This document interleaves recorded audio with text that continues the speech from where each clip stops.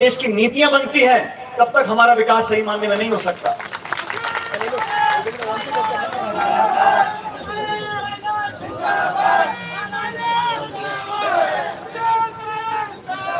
साथियों,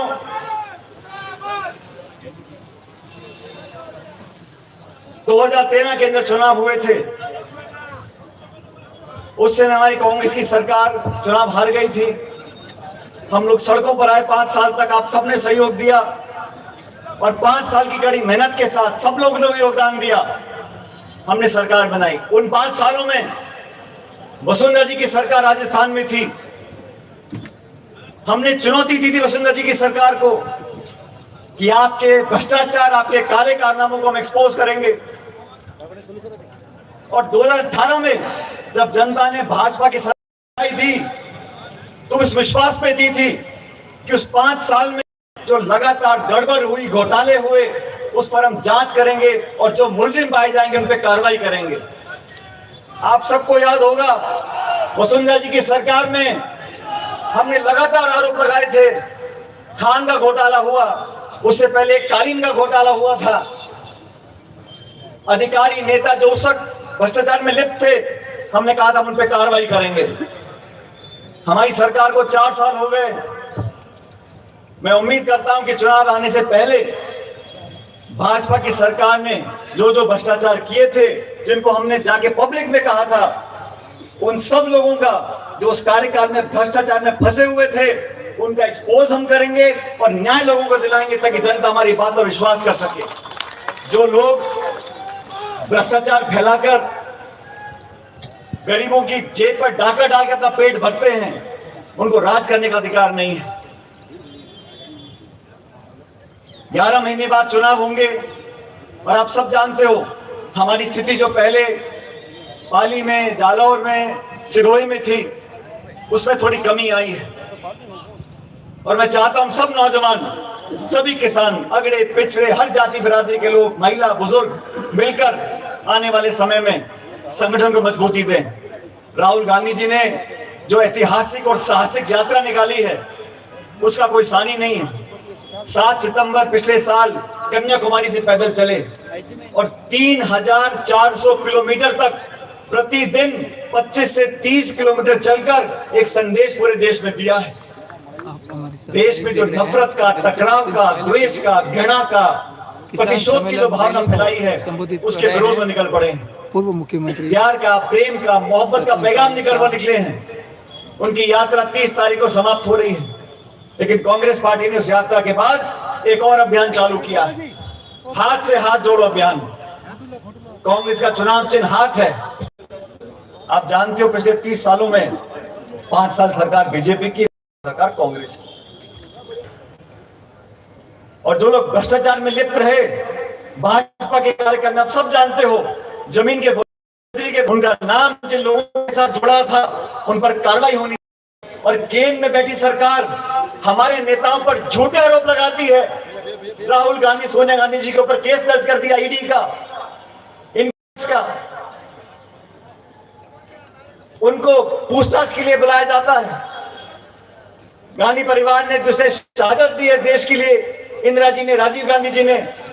उन तमाम नेताओं को भाजपा के साथी जो दिल्ली बैठे हैं, उनको परेशान करने का काम करते हैं, उनकी सुरक्षा छीन लेते हैं, उन पे झूठे केस दर्ज कर अपमानित करने का काम करते हैं। लेकिन हमारी सरकार राजस्थान में है, जो भाजपा के नेता जो भ्रष्टाचार में लिप्त थे, जिन पे हमने सबने मिलकर आरोप लगाए थे, उन पर हम क्यों नहीं कार्रवाई करते हैं? मैं प्रतिशोध की भावना से काम नहीं करना चाहता हूं, बदले की भावना से काम नहीं करना चाहिए, लेकिन जिन लोगों के भ्रष्टाचार को बेनकाब कर हम सत्ता में आए थे, उन लोगों से हिसाब तो लेना पड़ेगा।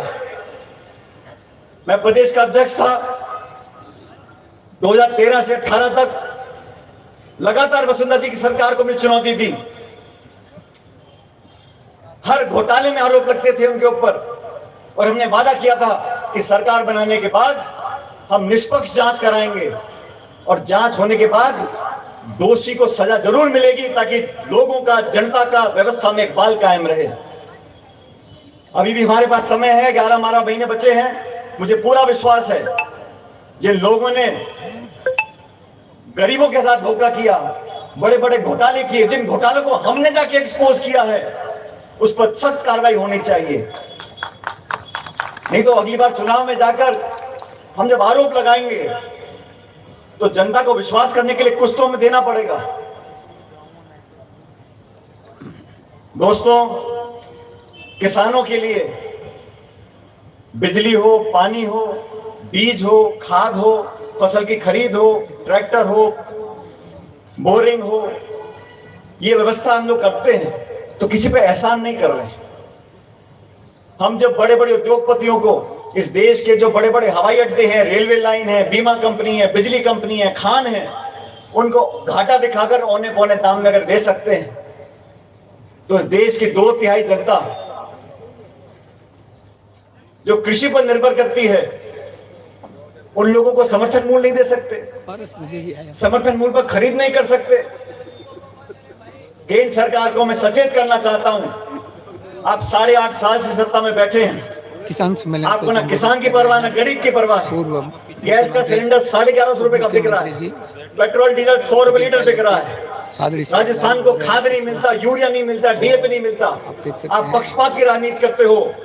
मैं संदेश देना चाहता हूं पाली से, मारवाड़ से, कि आप बहुत जल्द किसान की फसल खरीद पे कानून बनाओ ताकि किसान समृद्ध हो सके, ताकतवर बन सके।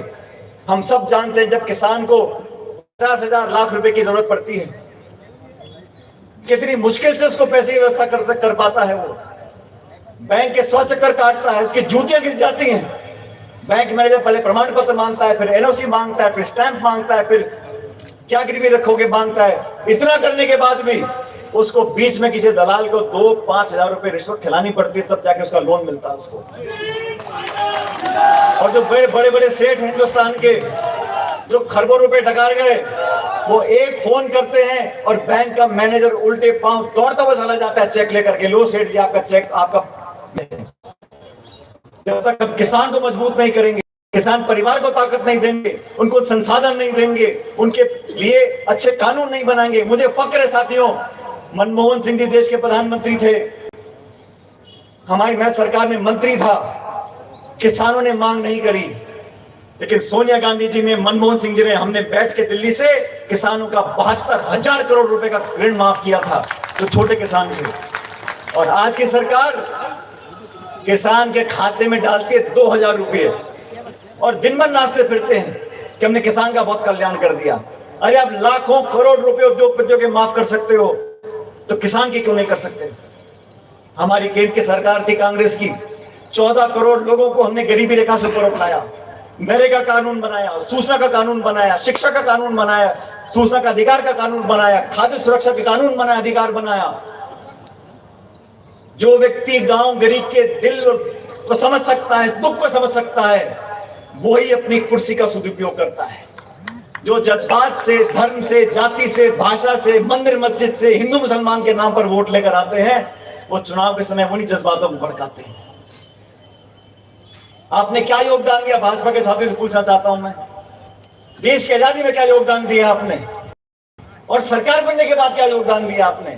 नोटबंदी कर दी, जीएसटी थोप दिया, उद्योगपतियों के ऋण माफ कर दिए, किसान को सड़क पर ले आए, छात्रवृत्ति कम कर दी। जो हमने प्रोग्राम बनाया था नरेगा का, कोरोना काल में लॉकडाउन लगा था, वो विभाग मेरे पास था साथियों। राजस्थान के अंदर लाखों लाख लोगों को हमने नरेगा में रोजगार दिया, क्योंकि सब फैक्ट्री बंद हो गई थी, पूरे मजदूर देश भर के वापस राजस्थान आ गए थे। उनका पेट पालने के लिए, उनके घर में चूल्हा जल सके, हमने सारे दरवाजे खोल दिए थे कि गरीबों के लिए सब माफ है, आओ काम करो और अपनी दिहाड़ी लेकर जाओ। ये सोच कांग्रेस की थी कि नरेगा हम लोगों ने बनाया। गांव के बच्चे मिड डे मील के प्रोग्राम से अपना पढ़ाई भी कर सकते हैं, खाना भी खा सकते हैं। सोच होती है। इस सरकार की क्या सोच है? बड़े बड़े भाषण दो, बड़े बड़े इश्तिहार छपवा दो, रोज टेलीविजन पे अपनी शक्ल दिखाते रहो, और मंदिर और मस्जिद और राम और भगवान और हिंदुस्तान, पाकिस्तान, हिंदू और मुसलमान ले दे के 3-4 बातें हैं। तो मैं आपको सचेत करना चाहता हूं, फिर चुनाव हमारे 10-11 महीने में। राजस्थान में जो परिपाटी बनी है उसको समाप्त करो। कांग्रेस की सरकार दोबारा बन सकती है। हमें विश्वास अपने अंदर पैदा करना पड़ेगा। राहुल गांधी जी ने जो संदेश दिया साथियों, अभी हिमाचल में चुनाव हुए थे तो बीजेपी के साथी बोलते थे हमारी तो डबल इंजन की सरकार है, double engine double engine double engine हर करते थे। वहां पर प्रियंका जी गई कैंपेन करने के लिए हिमाचल प्रदेश में, मुझे भी वहां का जिम्मेदारी दे रखी थी। हम लोगों ने ऐसा कैंपेनिंग किया कि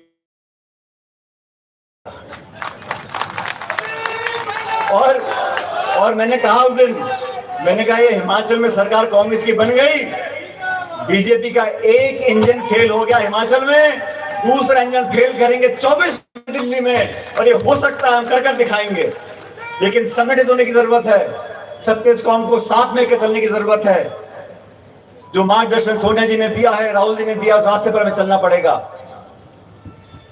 लेकिन जो लोग भ्रष्टाचार में लिप्त थे, जिनको बेनकाब कर हम लोगों ने सरकार बनाई राजस्थान के अंदर, उन लोगों को बख्शेंगे तो जनता हमारी बात पर विश्वास नहीं करेगी अगली बार। मैं दुश्मनी की बात नहीं करता, लेकिन जो प्रमाण है, जो हमने आरोप लगाए थे, सब तमाम कांग्रेस पार्टी के नेताओं ने लगाए थे। पिछली सरकार बनी थी कांग्रेस की, तो हमने एक माथुर आयोग बनाया था वसुंधरा जी के कार्यकाल में, जो भ्रष्टाचार हुआ उस पर जांच करने के लिए। दुर्भाग्यवश वो आयोग भी कुछ नहीं कर सका और 5 साल बीत गए, अभी भी 4 साल निकल गए। जिन लोगों ने धोखा दिया, जिन लोगों ने बड़े बड़े कांडों को अंजाम दिया, जो भ्रष्टाचार में लिप्त थे, जिन पे पूरी कांग्रेस पार्टी ने सामूहिक रूप से आरोप लगाए थे, समय आ गया कि दूध का दूध और पानी का पानी हो जाए। नौजवान साथियों, आने वाला है, अगर नौजवान ठान लें, मैं हनुमानगढ़ में तो मैंने कहा जो देश में बांटने वाली ताकतें हैं वो क्या बातें करती हैं, जाति की, धर्म की, भाषा की, प्रांत की, वो बातें करते ताकि लोगों को बांट सके। लेकिन अगर इन बाधाओं को लांघना है तो जो नौजवान है वो जाति पाति पर फर्क नहीं पड़ता, वो आगे की सोच सकता है। और जो किसान है, जो हल चलाता है, ट्रैक्टर चलाता है, अनाज पैदा करता है, उसकी कोई जाति नहीं है, वो अगड़ा है, पिछड़ा है, किस बिरादरी को फर्क नहीं पड़ता, हमारा अन्नदाता है। तो जवानी और किसानी और यहाँ महिलाएं बैठी, हमारी जनानी, ये वो लोग हैं, वो संस्थाएं हैं जो जाति पाति के सब खाइयों को टाप सकते। तो मैं आपसे आह्वान करना चाहता हूं साथियों, किसानों की आवाज बुलंद करने के लिए, नौजवानों को अधिकार दिलाने के लिए, राजस्थान की ये मिट्टी मेरे माथे का चंदन है और आपके स्वाभिमान और सम्मान से कभी समझौता नहीं हम होने देंगे। मैं आपको वादा करता हूं, आप लोगों के अधिकारों के लिए, आप लोगों के स्वाभिमान के लिए और राजस्थान के अस्मिता के लिए, आप लोगों के भविष्य के लिए जो भी करना पड़ेगा, हम पीछे नहीं हटेंगे, कंधे से कंधा मिलाकर आपके साथ आगे बढ़ते रहेंगे। आप लोगों ने हमेशा प्यार दिया और पाली और बाली के लोगों ने, मारवाड़ के लोगों ने, दिलेर लोग हैं, छाती ठोक कर बात करते हैं। मुझे फक्र आप सब लोगों के ऊपर, मुझे नाज है मेरे नौजवानों के ऊपर कि आपका आशीर्वाद इन बाहों को ताकत देता है। हम भी आपके साथ लेकर संघर्ष करेंगे, आगे बढ़ते रहेंगे, लेकिन अपना शीश कभी नहीं झुकाएंगे। आपके सम्मान के लिए हमेशा संघर्ष करते रहेंगे। लेकिन केंद्र की सरकार को मैं सूचित करना चाहता हूं, किसानों के साथ बेईमानी मत करो, किसानों के साथ बेवफाई मत करो। किसान किसी के भीख के भूखे नहीं है। किसान को सिर्फ न्याय दो, उसकी मेहनत का मुआवजा दो, और जो फसल मंडी में बिकती है उसको आप खरीदो। अगर आप देश भर में पैसा बांट सकते हो तो आपका जो पेट पालते हैं, जो अन्नदाता है, जो दूध दाता है, उसके लिए आपकी जेब क्यों नहीं खुल सकती है? सिर्फ भाषण देने से काम नहीं चलेगा। मैं इस किसान सम्मेलन में साथियों आप सबसे आह्वान करना चाहता हूं कि मारवाड़ की धरती से, इस पाली जिले से यह आवाज दिल्ली तक जानी चाहिए कि किसान चुप नहीं बैठेगा। मैं मांग करता हूं, एक प्रस्ताव रखता हूं सम्मेलन के अंदर कि केंद्र सरकार को बहुत जल्द, अति शीघ्र एमएसपी पर कानून बनाना चाहिए ताकि किसान को उसकी फसल का उचित मुआवजा मिल सके मंडियों के अंदर। अगर मेरे प्रस्ताव को आप सही मानते हो तो दोनों हाथ खड़े कर यहाँ पर मुझे इस प्रस्ताव को पारित करो। हम दिल्ली की सरकार को बता देंगे कि किसान जब जागरूक होगा, संगठित होगा, आगे बढ़ेगा, हमारी मांगों के सामने कोई बड़ी ताकत उसे झुकना पड़ेगा। मैं तो साथियों आपका धन्यवाद करना चाहता हूं, इतनी बड़ी संख्या में आप यहाँ पर आए हो। आने वाला समय आपका हमारा है। नौजवान जब मन बना लेते हैं, अपनी बात को मनवा कर रखते हैं। असीम प्रेम प्यार आप लोगों ने दिया, आशीर्वाद आप लोगों ने दिया, मैं सदैव आपका कायल रहूंगा। और एक बार पुनः आपको आश्वासन देकर जाता हूं, जब जब मेरे साथी, मेरे किसान, मेरे नौजवान मुझे याद करेंगे, पाली और बाली में आप मुझे अपने साथ खड़ा पाओगे, इस बात का आपको वादा कर जाता हूं। मैं परमपिता परमेश्वर से कामना करता हूं, मैं भगवान से कामना करता हूं, आप सब लोगों का जीवन खुशियों से भगवान भर दे। परमपिता परमेश्वर आपके बच्चों को लंबी उम्र दे, आप हमेशा मुस्कुराते रहो, आप आगे बढ़ो, हम आपके साथ कंधे से कंधा मिलाकर चलेंगे। मैं अंत में आप लोगों से आवेदन करूंगा, जोरदार नारा दो ताकि इस देश की मिट्टी है यहां से आवाज जाए एकजुटता की, और देश के अंदर हमारी जो आस्था है, भारत माता की। तो पीछे वाले हैं वो धूप ज्यादा लग रही है आप लोगों को, बोल नहीं पा रहे। भारत माता की आखिरी नारा आसमान में आवाज गूंजनी चाहिए, भारत माता की। बहुत बहुत धन्यवाद। राम राम साहब।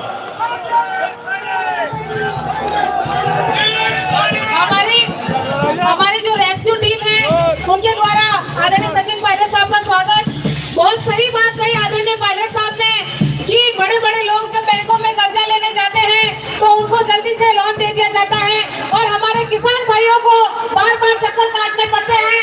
पर मैं कहना चाहूंगी उन लोगों से, उनको नहीं पता कि हमारे देश का किसान वो किसान है जो अपनी जवान बेटी के हाथ पीले बाद में करता है, लेकिन अपना जो कर्जा लिया हुआ है जब उसकी फसल आती है तो वो पहले झुकाता है। अब मैं जो भी लोग पायलट साहब का स्वागत करना चाहते हैं उनसे आग्रह करूंगी कि वो आए और आदरणीय सचिन पायलट साहब का स्वागत करें।